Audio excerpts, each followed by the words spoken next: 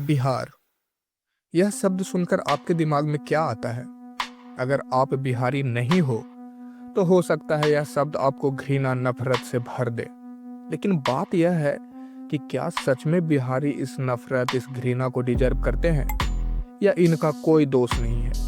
आखिर क्या वजह है कि जो राज्य एक समय पूरी तरह से समृद्ध था, जिसके शासन और योगदान से पूरा एंशिएंट हिस्ट्री भरा पड़ा है, आज वह राज्य के लोग रोजगार के लिए पूरे देश में वायरस की तरह फैल गए।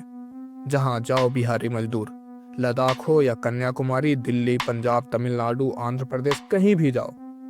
कुछ लोग कहेंगे कि आईएएस भी ज्यादा यहीं के हैं।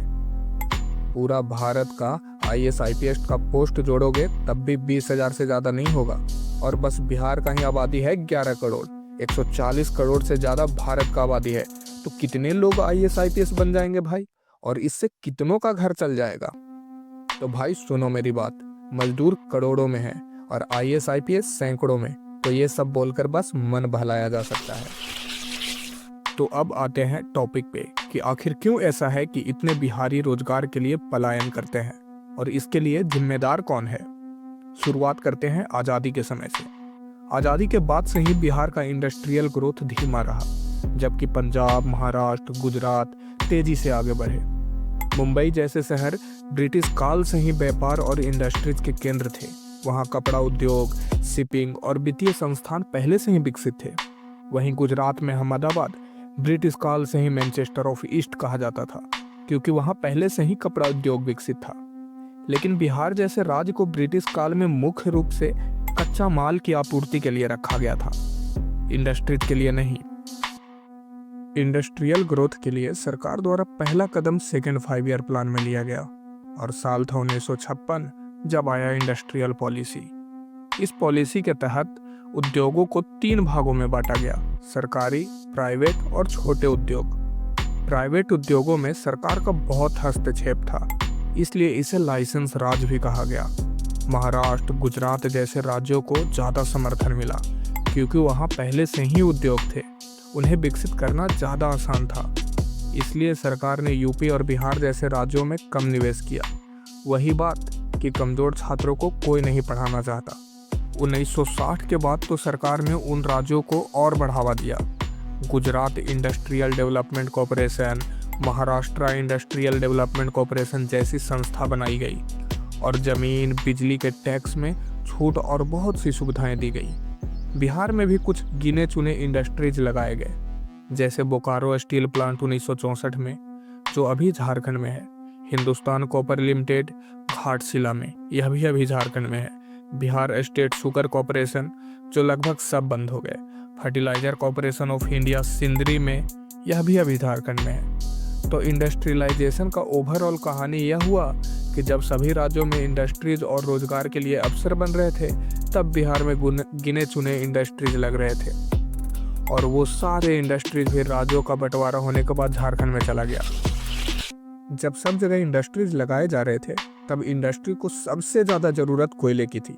कोयला था सबसे ज़्यादा बिहार में, और बिहार से कोयला अगर गुजरात और महाराष्ट्र ले जाया जाता तो वह महंगा हो जाता। जैसे नारियल अगर केरल में होता है, तो नारियल बेस्ड इंडस्ट्रीज भी वहाँ सबसे ज़्यादा मिलेंगे, ना कि बिहार में, क्योंकि बिहार आते आते नारियल बहुत महंगा हो जाता है। इसलिए कोयला बिहार में था तो इंडस्ट्रीज भी यहीं होनी चाहिए थी। इंडस्ट्री को मजबूरी में बिहार आना पड़ता, सस्ता रॉ मटेरियल के चक्कर में। लेकिन ऐसा नहीं हुआ, क्योंकि सरकार ने नीति बनाई कि जिस रेट से कोयला बिहार में मिलेगा, उसी रेट से गुजरात, महाराष्ट्र जैसे राज्यों में भी। और इस नियम ने तो बिहार इंडस्ट्रियलाइजेशन का रीढ़ का हड्डी ही तोड़ दिया।